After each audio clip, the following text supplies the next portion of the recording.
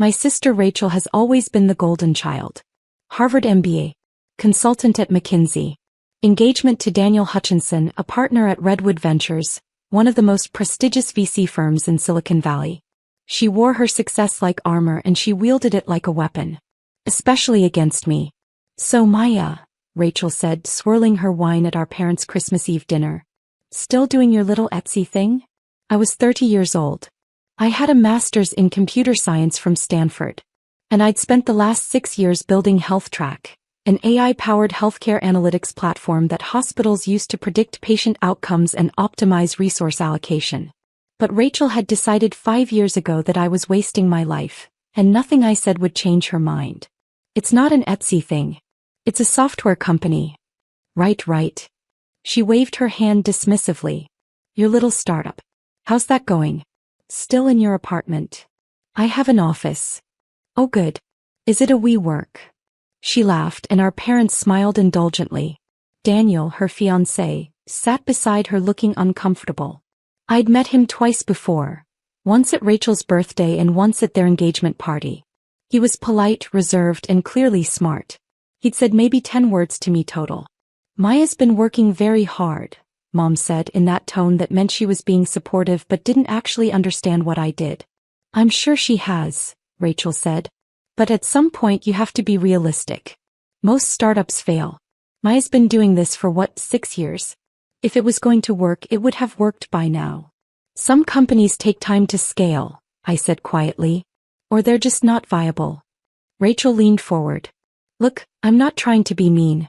I'm being honest. Your business is a joke. You've been playing entrepreneur for half a decade while the rest of us built real careers. It's time to grow up. The table went silent. Dad cleared his throat. Rachel, that's a bit harsh. Is it? Maya is 30 years old with no stable income, no benefits, no retirement plan. She's 1 bad month away from moving back home. That's not harsh, that's reality. I have stable income, I said. Do you? Rachel raised an eyebrow. How much did you make last year? I could have told her. I could have said that HealthTrack generated $23 million in revenue last year. That we were on track for $41 million this year. That I employed 73 people across 2 offices. That we just signed contracts with 8 major hospital systems.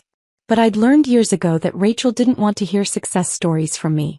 She wanted confirmation that she was superior. So I said nothing. That's what I thought. Rachel sat back, triumphant. Look, I love you. We all do. But someone needs to tell you the truth. Your business is a joke. You need to shut it down and get a real job before you waste your entire 30s on a fantasy. Rachel, Daniel said quietly. It was the first time he'd spoken all evening. What? I'm helping her. Someone has to. I don't think. Daniel, you're a VC. You see failed startups every day. Tell her. Tell Maya that 6 years with no exit, no major funding, no traction. That's a failed company. Daniel looked at me. Really looked at me for the first time. There was something odd in his expression. Something like recognition. I think Maya knows her business better than we do, he said carefully. Oh please. You're being nice. That's sweet, but it's not helpful. Rachel turned back to me. Your business is a joke, Maya. Accept it and move on. My younger brother Tom shifted uncomfortably. Can we talk about something else? Why? Because the truth is uncomfortable. Maya needs to hear this. She's wasting her life. I'm not wasting my life. You're 30 years old playing startup founder. What do you even do? What does your company actually make? Healthcare analytics software. Rachel snorted. So you made an app. How many users do you have? We don't have users. We have clients. Hospital systems. How many? I could have said 47. I could have named them. Massachusetts General, Cleveland Clinic, Johns Hopkins, Stanford Medical. I could have mentioned that our software processed data for 2.3 million patients annually. But what was the point? Several, I said. Several. Rachel laughed. You hear that, everyone? Maya has several clients for her healthcare app. That's adorable. Meanwhile, I'm advising Fortune 500 companies on billion-dollar strategies, and Daniel's firm manages $4.7 billion in assets. But sure, your little app is going great. Daniel was staring at me now with that same odd expression. like he was trying to solve a puzzle. Your business is a joke, Rachel said again, slower this time, like she was talking to a child. And the kindest thing I can do is tell you to stop embarrassing yourself and get a real job. I stood up. I need some air. Oh, don't be dramatic, Rachel called after me as I walked toward the back door. I'm just being honest. I stepped onto the patio and closed my eyes. 6 years. 6 years of building something real. 6 years of 80-hour weeks and sleepless nights and impossible problems. 6 years of growing from just me in my apartment to 73 employees who depended on me. 6 years of changing healthcare, saving lives, making a difference. And my sister thought it was a joke. The door opened behind me. Daniel. Maya, I'm sorry about Rachel. She can be intense. It's fine. It's not fine. She shouldn't have said those things. I turned to look at him. But she did. And she meant them. And honestly, it doesn't matter anymore. I stopped trying to prove myself to my family 3 years ago. He hesitated. Can I ask you something? Sure. Your company. That's what it's called, right? My heart stopped. Yes. Healthcare analytics. AI-powered predictions. Hospital systems. Yes. He nodded slowly. I thought so. Your last name is Patel. Maya Patel. But when Rachel talks about you, she just says Maya. She never mentions your last name. And HealthTrack CEO is listed as M. Patel in most databases. I didn't make the connection until tonight. You know HealthTrack? Know it? Maya, we've been trying to get a meeting with your company for 8 months. HealthTrack is one of the hottest healthcare tech companies in the country. You're on every VC's radar. My firm has been dying to get in on your Series B. I said nothing. Does Rachel know? No. Why not? Because she decided 5 years ago that I was a failure. And nothing I say will change her mind. She'll just think I'm lying or exaggerating or delusional. So I stopped trying. Daniel ran his hand through his hair. Jesus. Maya, HealthTrack is valued at what, $120 million. $127 million as of our last funding round. And you have how many employees? 73. Revenue. $23 million last year. Projected $41 million this year. And Rachel thinks you're selling crafts on Etsy. She thinks what she wants to think. This is insane. You need to tell her. Why? So she can take credit? So she can tell everyone she always knew I'd succeed? So she can act like she supported me when she spent 5 years calling me a failure. He had no answer for that. Besides, I said, she's going to find out soon enough. What do you mean? We have a meeting scheduled with Redwood Ventures. January 15th. To discuss our Series B funding. I assume you'll be there. The color drained from his face. You're serious. Your firm reached out 3 months ago. We've been in preliminary discussions with your partner, James Chin. He's been very enthusiastic. The meeting is confirmed for January 15th at 2 p.m. at our offices. Oh my God. Yeah. Rachel is going to find out that her fiancé is trying to invest in her sister's joke company. Yes. Maya, I didn't know. I swear I didn't make the connection. I know. It's fine. You're doing your job. This is business. But Rachel, we'll have to deal with reality. Finally. He stared at me. You're not going to tell her before the meeting? No. Why not? Because I'm tired, Daniel. I'm tired of proving myself to people who've already decided I'm worthless. I'm tired of fighting for respect from my own family. I'm tired of being dismissed and mocked and treated like a child playing dress-up. So you're just going to let her walk into that meeting blind? She's not walking into the meeting. You are. And when you come back and tell her about the brilliant CEO you just met with, about the company you're desperate to invest in, about the healthcare tech startup that's changing the industry, then she can figure out it was me all along. That's cold. Is it? Colder than calling my life's work a joke? Colder than telling me I'm wasting my life? Colder than spending 5 years making me feel like a failure? He said nothing. Go back inside, Daniel. Enjoy your Christmas. I'll see you on January 15th.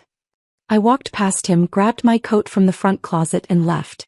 Behind me I heard Rachel's voice. Where's Maya going? God, she's so dramatic. I got in my car and drove back to San Francisco. Back to my joke company. Back to my real life. I arrived at our offices at 7 a.m. HealthTrack occupied the entire fifth floor of a building in Soma. Floor-to-ceiling windows overlooking the bay. Open workspace with 73 desks. Conference rooms named after pioneering doctors.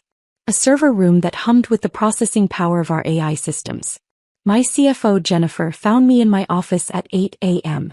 Ready for today? As ready as I'll be. Redwood Ventures. Big meeting. Very big. James Chin is bringing 2 partners. Daniel Hutchinson and Sarah Kim. Standard Series B pitch. They're looking to invest $25 to $30 million for a 15% stake. I nodded. You okay? You seem tense. Daniel Hutchinson is my sister's fiancé. Jennifer's eyes went wide. The sister who called my business a joke at Christmas. Yes. Oh my God. He didn't know.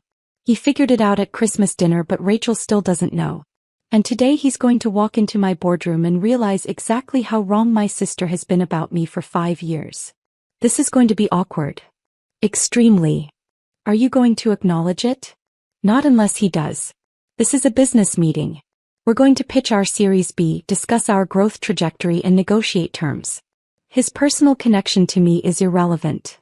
Maya, he's engaged to your sister. And I'm the CEO of a $127 million company he wants to invest in. Which relationship is more important in this context? Jennifer grinned. I love when you're ruthless. I'm not being ruthless. I'm being professional. Sure. That's definitely what this is. At 1:45 p.m. our head of operations Marcus poked his head into my office. Redwood Ventures just entered the building. Thank you. Conference room A. All set up. Presentation loaded. Financial projections printed. Water and coffee ready. Good. I stood up, smoothed my blazer and walked to the conference room. James Chin I'd met before, twice. He was sharp, enthusiastic and genuinely excited about HealthTrack's potential. He greeted me warmly when I entered. Waya. Good to see you again. James. Thank you for coming. Are you kidding? We've been looking forward to this for months. Let me introduce my partners. This is Sarah Kim. She specializes in healthcare investments. Sarah shook my hand. Your platform is incredible. I've been following your growth for 2 years. And this is Daniel Hutchinson, one of our senior partners. Daniel walked into the room. Our eyes met. The color drained from his face. He froze in the doorway, staring at me sitting at the head of the conference table. At the HealthTrack logo on the screen behind me. At the nameplate in front of my seat that said, Maya Patel, CEO and founder. Daniel. James said. You okay? Yes. Sorry. He looked at me. Really looked at me. Maya. Hi. Hello, Daniel. Please sit down. He sat down slowly, still staring. Have you two met? Sarah asked. Briefly, I said smoothly. At a family event. Daniel is engaged to my sister. James's eyebrows shot up. Seriously? Small world. Very small, I said. Shall we begin? For the next 90 minutes, I presented HealthTrack's growth trajectory, technology platform, client acquisition strategy and financial projections. I was flawless. I always was in these meetings. This was my company. My vision. My life's work. And I knew every number, every metric, every success story by heart. James and Sarah asked excellent questions. Daniel said almost nothing, just watched me with that same stunned expression. When I finished, Sarah leaned forward. Maya, this is extraordinary. Your patient outcome predictions are industry-leading. Your client retention rate is 97%. Your growth trajectory is exceptional. This is exactly the kind of company we want in our portfolio. I'm glad to hear that. What are you looking for in terms of investment? $28 million for a 14% stake. That values us at $200 million post-money, which we believe is conservative given our current trajectory and the 3 major hospital networks we're in final negotiations with. James nodded. That's reasonable. We'd need to do due diligence, of course, but I think we can work with those numbers. Due diligence is expected. My CFO will coordinate with your team. Excellent. James stood up and offered his hand. Maya, this has been one of the best pitches I've seen all year. We're very excited about this opportunity. I shook his hand. Then Sarah's. Then Daniel's. His hand was shaking. Maya, he said quietly. Can we talk? Privately. I looked at James and Sarah. Would you excuse us for a moment? My operations head, Marcus, can show you our development floor if you're interested. That would be great, Sarah said. They left. Daniel and I stood alone in the conference room. You knew, he said. At Christmas. You knew we had this meeting scheduled. Yes. And you didn't say anything. What was I supposed to say? By the way, Rachel, your fiancé is about to invest in my joke company. She wouldn't have believed me. You let me walk in here completely blind. You figured it out at Christmas. You've had 3 weeks to tell Rachel the truth. That's not my responsibility. He ran his hand through his hair. This is insane. My CEO. You've built a $127 million company. You're changing healthcare. And Rachel thinks you're unemployed. Rachel thinks what she wants to think. You have to tell her. Why? Because she's your sister. And she called my life's work a joke. In front of our entire family. He told me I was embarrassing myself. She said I needed to grow up and get a real job. Why exactly do I owe her the courtesy of managing her embarrassment? Because this is going to destroy her. Is it? Or is it going to force her to finally see me as something other than her failure of a little sister? Daniel stared at me. When did you become so cold? When my own family spent 5 years making me feel worthless. When every success I achieved was dismissed or ignored. When I realized that no matter what I accomplished, Rachel would always see me as inferior. I'm not cold, Daniel. I'm just done. What do you want me to do? Your job. Go back to Redwood. Discuss the investment with your partners. Run your due diligence. Make your decision. And if you choose to invest, I'll treat you exactly like any other investor. Professionally, fairly, and without personal bias. And Rachel? That's between you and her. You can tell her about this meeting. You can tell her about HealthTrack. You can tell her that her fiancé is about to invest $28 million in her sister's joke company. How you handle that conversation is up to you. She's going to call you. Probably. What will you say? I don't know yet. But Daniel, understand this. I'm not going to apologize for my success. I'm not going to minimize what I've built to make her feel better. And I'm not going to pretend the last 5 years of dismissal didn't happen. If Rachel wants a relationship with me, she's going to have to accept reality. All of it. He nodded slowly. For what it's worth, Maya, this is incredible. What you've built. The pitch you just gave. You're brilliant. Thank you. Rachel should be proud of you. But she's not. And that's the problem. He left. I stood alone in the conference room looking out at the San Francisco skyline. My phone buzzed. Jennifer, how'd it go? Me, they're interested. $28 million for 14%.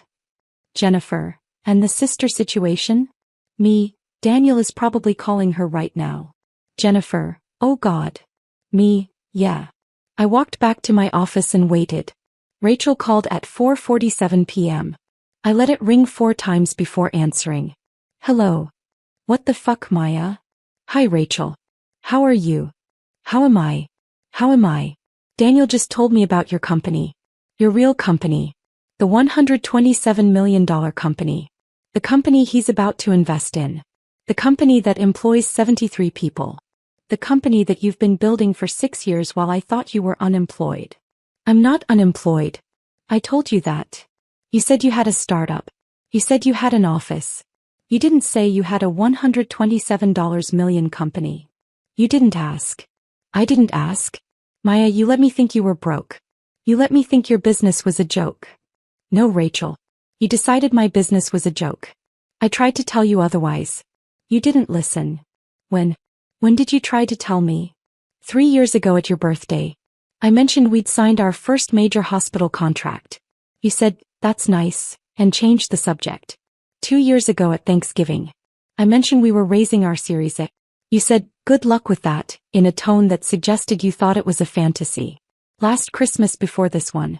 I mentioned we'd hired our 50th employee. You said, must be nice to play boss. Silence. I tried, Rachel. For years I tried. But you'd already decided I was a failure. And nothing I said would change your mind. You should have tried harder. Why? Why is it my job to force you to see me? Why is it my responsibility to manage your perception of my success? You're my sister. You're supposed to believe in me. You're supposed to support me. Instead, you spent 5 years making me feel small. I was trying to help. By calling my business a joke. By telling me I was wasting my life. By saying I needed to grow up and get a real job. That's helping. I thought you were failing. I thought you were in denial. Biz, you never asked. You never looked. You never cared enough to see what I was actually doing. You just assumed. How was I supposed to know you were building a $127 million company? By asking. By listening. By treating me like an adult instead of a child who needed to be corrected. Rachel, I told you I had clients. I told you I had employees. I told you I had an office. You dismissed all of it because it didn't fit your narrative. What narrative? That you're the successful one and I'm the failure. That you have the real career and I'm playing pretend. That you're superior and I'm someone to be pitied. That's not. Isn't it? Rachel, you introduced me to your friends as my sister who's still figuring things out. You told our relatives I was between jobs. You told Daniel, your fiancé, that my business was a joke. What was I supposed to think? Long silence. Daniel wants to invest $28 million in your company, she said finally, her voice quieter. I know. That's a lot of money. Yes. You must be really successful. I am. Why didn't you tell me? I tried. You didn't listen. And eventually I stopped trying. It was easier to let you think I was a failure than to fight for recognition from someone who'd already decided I wasn't worth it. Maya, I'm your sister. You should have fought harder. No, Rachel. You're my sister. You should have looked harder. You should have listened harder. You should have believed in me without needing a $127 million valuation to prove my worth. I heard her crying. Actually crying. I'm sorry, she whispered. Maya, I'm so sorry. Are you sorry you were cruel? Or are you sorry you were wrong? Both. I'm sorry for both. I don't know if I believe you. I was horrible to you. At Christmas. I called your business a joke. I called your life a waste. Maya, I was so horrible. Yes. You were. How do I fix this? I don't know if you can. Please. Tell me how to fix this. I closed my eyes. Rachel, you can't fix 5 years of dismissal with one apology. You can't undo the damage of constantly making me feel worthless. You can't erase the fact that you needed a VC meeting to finally see me as successful. Then what do? You sit with it. You understand what you did. You recognize that you hurt me badly and that your apology doesn't automatically heal that hurt. And maybe eventually you do better. I want to do better. I want to be the sister you deserve. Then start by believing me. Not because Daniel confirmed it. Not because there's a number attached to my company. But because I'm your sister and you should trust me when I tell you I've built something real. I do. I believe you. Maya, I believe you. Now you do. After 5 years. After Daniel walked into my boardroom. But you didn't believe me at Christmas. You didn't believe me at Thanksgiving. You didn't believe me for 5 years. That's the problem. How do I earn your trust back? I don't know. Time maybe. Consistency. Proving that you've actually changed and this isn't just embarrassment talking. I have changed. Today changed me. Seeing what you built. Understanding what I missed. Maya, I'm so proud of you. Are you? Or are you proud of the $127 million valuation? Would you be proud if my company was worth $5 million? $1 million? $500,000? Would you be proud if I was still building it in my apartment with 3 employees and a dream? She didn't answer. That's what I thought. Maya. I need to go, Rachel. I have work to do. Can we talk again? Please. Eventually. But not right now. I need time to process this. To figure out what our relationship looks like going forward. To decide if I even want a relationship with someone who only respects me when there's a number that validates my worth. Please don't shut me out. You shut me out first. For 5 years. You decided I wasn't worth your respect or belief or support. Now I'm deciding whether you're worth mine. I hung up. My hands were shaking. Jennifer appeared in my doorway. You okay? No. But I will be. What did she say? That she's sorry. That she's proud. That she wants to fix things. Do you believe her? I believe she's embarrassed. I believe she realizes she was wrong. I don't know if I believe she's actually changed. What are you going to do? My job. I'm going to run my company. I'm going to close this Series B. I'm going to keep building something that matters. And if Rachel can accept reality, all of it, not just the parts that make her look good, maybe we'll find our way back to each other. But that's her work to do, not mine. Jennifer nodded.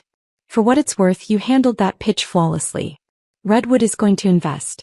I'd bet money on it. Good. We need that capital for the Q3 expansion. Ever the CEO. It's who I am. It's who I've always been. Rachel just needed a VC to tell her that before she'd believe it. I turned back to my computer and got back to work. Because that's what successful people do. They don't waste time managing other people's perceptions. They build empires while everyone else is still arguing about whether they're real. Redwood Ventures invested $28 million for a 14% stake in HealthTrack. The deal closed on February 28. Daniel was professional throughout the due diligence process. We never discussed Rachel. We kept everything strictly business. And when the papers were signed, he shook my hand and said, "This is going to be a great partnership." I agree. For what it's worth, Rachel is trying. She's been reading about healthcare tech. She subscribed to industry newsletters. She's trying to understand what you've built. That's good. She wants to see you. I know. She's texted me 14 times. Are you going to respond? When I'm ready. He nodded and left. My phone buzzed. A text from Rachel. Saw the announcement about Redwood's investment. Congratulations. I know you don't want to hear from me, but I'm proud of you. You built something incredible. I'm sorry I didn't see it sooner. I love you. I stared at the message for a long time. Then I typed back, "Thank you. I love you too. But I need more time." Her response came immediately, "Take all the time you need. I'll be here when you're ready. I'm not going anywhere." I put my phone down and looked around my office. At the framed magazine covers on the wall, Forbes, Fortune, TechCrunch. At the photos of my team at various company milestones. At the contracts with major hospital systems. At the life I'd built while everyone doubted me. Maybe someday I'd forgive Rachel completely. Maybe someday we'd find our way back to being sisters. But today I had a company to run. And that was enough.